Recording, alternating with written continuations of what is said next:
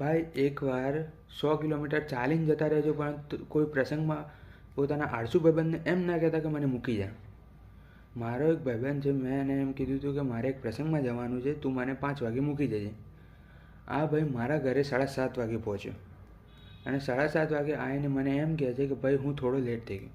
થોડો લેટ થઈ ગયો? અરે તે પ્રસંગ પતી ગયો, શું થોડો લેટ થઈ ગયો? આ ભાઈ એટલો આળસુ છે કે સવારે 1-2 વાગ્યા સુધી ઉઠતો નથી.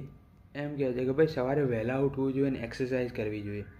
તો પહેલાં પોતે તો પાલન કર.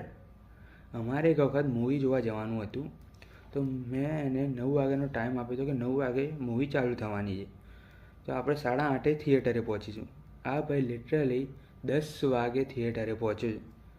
અમે ઇન્ટરવલના ટાઈમે થિયેટરની અંદર ઘૂસ્યા હતા અને પછી અંદર જયા બાદ આવે કે સ્ટોરીમાં મજા નથી. ક્યાંથી હોય? તમે જોવા દીધી હોય તો મજા આવે ને. જો તમારે પણ આવો કોઈ આળસુ મિત્ર હોય તો તેને નામ કોમેન્ટમાં લખજો.